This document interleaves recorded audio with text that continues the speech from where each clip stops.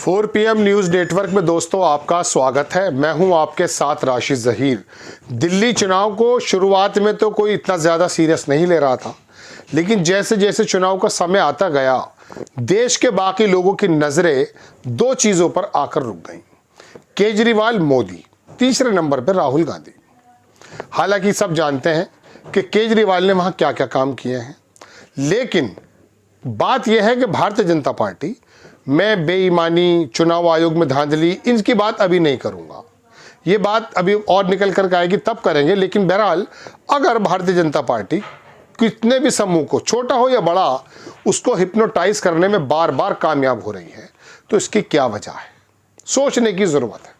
ये सोचने का मकाम है तमाम उन राजनीतिक पार्टियों को जो ये सोचने लगते हैं छोटी सी जीत मिलने के बाद कि पूरे देश का मूड यही है, और छोटी सी हार मिलने के बाद ये सोचते हैं कि हम तो बिल्कुल ख़त्म हो गए। केजरीवाल ख़त्म नहीं हुए, आम आदमी पार्टी ख़त्म नहीं हुई है, कांग्रेस को ख़त्म करना कितना चाहा है, ख़त्म नहीं हुई है। ये राजनीतिक पार्टियां ना ख़त्म होती हैं, ना इनको होना चाहिए। बात यह है कि महाराष्ट्र हो, हरियाणा हो, मध्य प्रदेश हो, राजस्थान और छत्तीसगढ़ में तो कांग्रेस ने अच्छा काम भी किया था। तो वजह क्या है कि भारतीय जनता पार्टी यहाँ अक्सर क्लीन स्वीप कर जाती है, कहीं बहुत मार्जिन से जीत जाती है। दिल्ली के अंदर केजरीवाल ने शानदार काम किए, पैसा भी बहाया गया, लोगों को पैसा पहुंचाया भी गया, फिर भी क्यों हार गए? भारतीय जनता पार्टी क्यों जीत गई? दिल्ली में तो ये कहा जा रहा है कि हिंदू धर्म और मुस्लिम धर्म और हिंदू मुसलमान के बीच की लड़ाई नहीं हुई है। तो फिर ये कौन सा काम है जो भारतीय जनता पार्टी जीत पर जीत दर्ज किए जा रही है? क्या चुनाव आयोग अकेला काफ़ी है? नहीं, चुनाव आयोग के साथ हम मानते हैं कि कोई ना कोई गड़बड़ियां होंगी, लोगों को इशारे हैं इस तरह के, लेकिन फिर भी एक मजबूत वर्ग तो भारतीय जनता पार्टी का बिल्कुल मजबूत है। थोड़ा सा उसको मिल जाता, वो एकदम बहुत ज़बरदस्त विक्ट्री कर जाती है। बात यह है दोस्तों, जियो पॉलिटिक्स के मद्देनज़र मैं शुरुआत करूंगा अपनी बात से। अमेरिका से भारतीय निकाले गए हाथ बांध करके, मोदी जी को बुलाया नहीं गया है, दुनिया भर की बातें आपके सामने आ गई हैं। महाकुंभ के अंदर कोई कहता सैकड़ों, कोई कहता हजारों, लाखों लाशें कोरोना के अंदर तैर गई साहब। उसके बावजूद भी ये कौन सा वोट बैंक है जो टस से मस नहीं होता है? हमारी और आपकी आदत तो जनाबे मन ये थी कि छोटी सी गलती हुआ करती थी, हम सरकारों को सजा दे दिया करते थे, और सरकार को चलाने वाले नेता इतने ज़्यादा, मैं कह सकता हूँ वो होते थे, बहुत ज़्यादा मुंसलिक होते थे, डरे रहते थे कहीं गलती ना हो जाए। के जाफर शरीफ एक कर्नाटक में थे, रेलवे मिनिस्ट्री उनके पास थी, उनको एक्सीडेंट हो गया साहब, इस्तीफे के लिए कहा गया। वो बोले ये तो ड्राइवर को इस्तीफा देना चाहिए, मुझे क्यों दे रहे हैं? मतलब इतनी जिम्मेदारी तय हुआ करती थी। कहीं बाढ़ आ जाती थी, मंत्रियों के इस्तीफे ले लिए जाते थे, कहीं रेल एक्सीडेंट हो जाता था, मंत्रियों के इस्तीफे ले लिए जाते थे। चूंकि ये मसला ये होगा कि अगर आपने इस्तीफे नहीं लिए, लोगों को नहीं हटाया, तो लोग नाराज़ हो जाएंगे। लेकिन महाकुंभ में लाशें तैर जाएं, जियो पॉलिटिक्स के मद्देनज़र भारतीयों को बाहर से निकाल दिया जाए, दिल्ली के पढ़े लिखे वर्ग पर कोई फ़र्क नहीं पड़ता है, अपर क्लास पर कोई फ़र्क नहीं पड़ता है।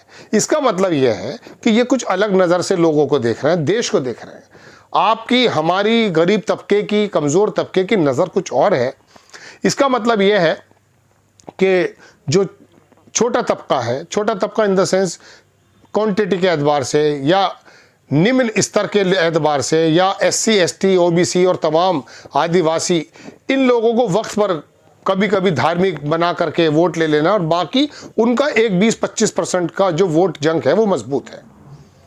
मैं अभी थोड़े दिनों पहले देख रहा था कि लोकसभा में भारतीय जनता पार्टी का वोट कब कम हुआ है। जब से ये बनी है इसका वोट कम नहीं हुआ।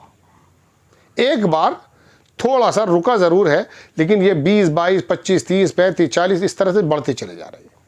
मैं ये देख रहा था कि 2002 से पहले, हाँ शायद 2004 से पहले, जब अटल जी की भी सरकार थी, मैं देखता था 20 से 22% वोट तो इनको मिलता ही है। ये कौन है 20-22% लोग? दिल्ली के अंदर केजरीवाल फ्री बीज देने के बाद हार जाते हैं।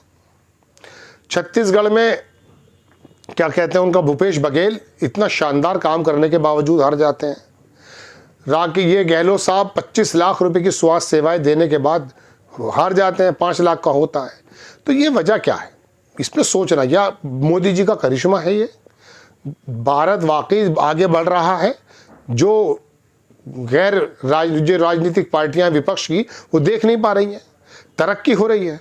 लेकिन पत्रकार के नाते मैंने बड़ी वाकई कोशिश की कि मैं देखूं तो सही अंतर्राष्ट्रीय स्तर पर हम कहाँ खड़े हैं, हम राष्ट्रीय स्तर पर कहाँ खड़े हैं। मैं बिल्कुल सच कहता हूं आपसे, मैं ये तो नहीं कहता हूं कि कांग्रेस ने वाकई हमें आसमान पर पहुंचा दिया था, लेकिन ये बात हकीकत है कि जितना इन 10 वर्षों के अंदर काम होना चाहिए था वो नहीं हो पाया, बल्कि हम माइनस में गए।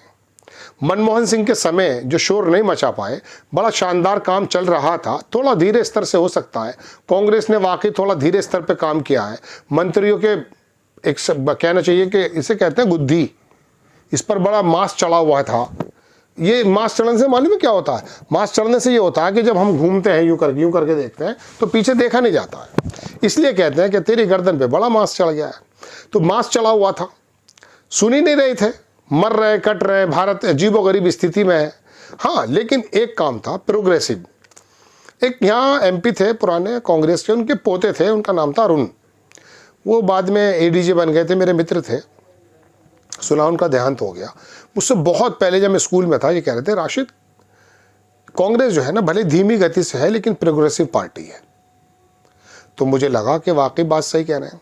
तो दोस्तों बात यह है कि प्रोग्रेसिव पार्टी थी, कर रहे थे काम। हाँ, इसके अंदर भी बागड़ा बिल्ले बहुत थे, लेकिन ये क्या वजह है? इसकी वजह यह नहीं है कि आपका मेरा पर कैपिटा इनकम बढ़ गया है, वो तो कम हो जाता है बार बार। हमारा स्तर नीचे गिरता जा रहा है, गांवों का स्तर बहुत ख़राब है। सड़कें वगैरह गडकरी वगैरह ने कुछ बनाई है, इनका प्रोपेगेंडा बड़ा ज़बरदस्त है तो अच्छा लगता है, लेकिन हमारी हालात बहुत ख़राब हैं। याद रखिएगा, महंगाई, बेरोज़गारी, स्वास्थ्य सेवा, सब चीज़ों को लेकर के। इसकी वजह क्या है? अब आता हूँ मैं, मेरे पास टाइम बचा है साहब 1.5 मिनट का। इसकी वजह यह है कि देखिए, जब धर्म से कोई चीज़ जोड़ दी जाती है ना, तो एक अनपढ़ साधु जो गांव से निकला हुआ होता है, वो किसी बड़े बड़े पढ़े लिखे डॉक्टर और डीएम और मैं कह सकता हूँ जो उच्च वर्गीय आदमी होता है ना, उसके घर पे जब उसका कब्जा होता है तो वो कुछ भी करा लेता है। दिल्ली से आगरा रोड पे जब आप चलेंगे तो एक आगे जाके मंदिर है, नाम नहीं बताऊँगा मैं, सफ़ेद रंग का, मुझे लगा ताजमहल आ जाता है, वो मथुरा के आसपास है। मैं थोड़ा सा छुपा के बात चाहता हूँ। वहाँ मैं गया एक बार तो पता चला वो वीडियोकॉन का जो मालिक धूत करके है, वो भी उनका चेला है। एक फिल्म आई थी कारपोरेट, महेश भंडारकर ने बनाई थी शायद, हाँ, उसके अंदर एक साधु होता है इसी टाइप का, शंकराचार्य टाइप, जो मतलब शंकराचार्य हो सकता नाम हो, लेकिन इनके जो होते हैं पंडे, वो तमाम जो कॉरपोरेट थे उनके वो सोने के पैर चप्पल पहनाते हैं, उनको वो आपस में वो कराता है। ये लोग हैं। तो धर्म की जब बात चलती है तो उसमें पढ़ा लिखा है डॉक्टर इंजीनियर कुछ नहीं रहता है, वो मानिंदे एक धार्मिक पशु बन जाता है। ऐसा अंधविश्वास लोग आपको एससी में, ओबीसी में, जो निचला वर्ग है, जो बेचारा निकल नहीं पाया है, ऊपर नहीं आ पाया, उसमें तो बहुत ज़्यादा मिलेंगे, लेकिन कमी इनके अंदर भी नहीं है। तो धर्म के रथ पर जो सवार होकर मोदी जी आए हैं, उन्होंने तमाम चीज़ों को बदल दिया है। राहुल गांधी कितनी भी यात्रा कर लें, अब जब तक इनके सामने एक ऐसी मजबूत बात नहीं होगी, वो मजबूत बात क्या है मैं अगला एपिसोड बताने जा रहा हूँ आपको। 3 चीज़ें हैं जो राजनीति चल रही है भारत में, आप मेरा वो एपिसोड ज़रूर देखिएगा, एक मोदी जी की, एक राहुल की और एक केजरीवाल टाइप लोगों की। आप समझिएगा कि कौन सी काट कहाँ पर है, अब कटेगी नहीं। अमित शाह जो कहते हैं ना 40-50 साल हमें आ गए, उसकी वजह बिल्कुल सही ये लगती है क्योंकि उन्होंने लोगों के दिमाग को धार्मिक बना दिया है।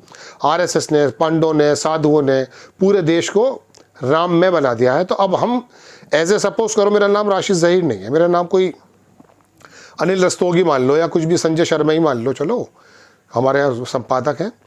तो अगर मिसाल के तौर पे मैं इस वर्ग से हूँ, तो अब मुझे सामने ये बताया जाए कि ये तो राम का काम कर रहे हैं, तो मेरे मन में ये बात आएगी कि यार ये राम राज्य ला रहे हैं, कहीं ऐसा तो नहीं कि मैं नरक में चला जाऊँ अगर इनको वोट न दूँ। कुछ ऐसा महसूस करा दिया है मोदी जी ने। ये है वजह दिल्ली के चुनाव जीतने की, माने या आप ना माने। जय हिंद।